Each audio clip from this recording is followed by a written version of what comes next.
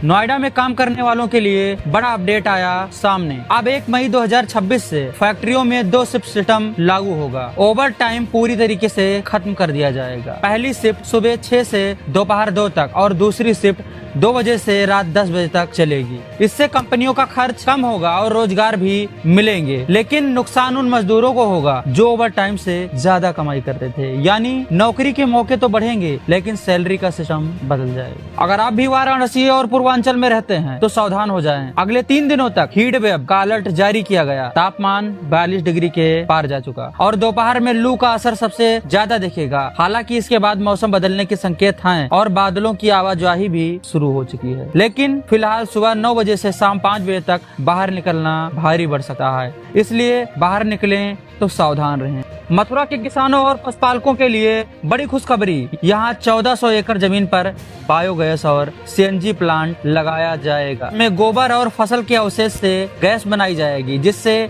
किसानों की आय बढ़ेगी। शादी के सीजन में लोगों के लिए बड़ी परेशानी सामने आ रही है। अधिकारियों के आदेश के बावजूद भी गैस एजेंसियां समय पर सिलेंडर नहीं दे रही हैं। इससे शादी वाले घरों को भारी दिक्कत हो रही है। कई लोगों को पड़ोस से सिलेंडर मांगकर काम चलाना पड़ रहा है। प्रशासन का कहना है कि पहले से आवेदन करने पर सिलेंडर मिलेगा, लेकिन जमीनी हकीकत आज भी अलग नजर आ रही है। यूपी बोर्ड के छात्रों के लिए बड़ी खबर। इस बार मिलने वाली मार्कशीट पूरी तरीके से हाईटेक और सुरक्षित होगी। तो ये ना तो फटेगी, ना ही पानी से खराब होगी और इसमें किसी तरीके की छेड़छाड़ करना लगभग नामुमकिन होगा। खास स्याही और सिक्योरिटी फीचर भी लगाए गए हैं इसमें, जो असली नकली का फर्क आसानी से बता देंगे। यानी अब मार्कशीट को लेकर धोखाधड़ी पर बड़ा रोक लगने वाला है। अब यूपी के 4 करोड़ से ज्यादा छात्रों को एक यूनिक डिजिटल आईडी दी जा रही है, जिसे अपार आईडी कहा जा रहा है। इससे हर छात्र की पढ़ाई, उपस्थिति और रिजल्ट का पूरा रिकॉर्ड ऑनलाइन रहेगा। स्कूल बंद होने पर भी अब डेटा सुरक्षित रखा जा सकेगा। इससे सबसे ज्यादा फायदा ये है कि फर्जी एडमिशन और ड्रॉप आउट पर रोक लगेगी। फिलहाल 60% से ज्यादा छात्रों की अपार आईडी जनरेट हो चुकी। मई महीने से मुफ्त राशन को लेकर बड़ा सवाल खड़ा हो गया। शेड्यूल तो जारी हो गया, लेकिन कई जगहों पर अभी तक राशन दुकानों पर राशन पहुंचा ही नहीं। ऐसे में लोग खाली हाथ वापस लौट रहे हैं। प्रति यूनिट 5 किलो राशन मिलना है, लेकिन सप्लाई धीमे होने से गरीब परिवार परेशान है। अगर यही स्थिति रही तो कई लोगों को इस बार पूरा राशन नहीं मिल पाएगा।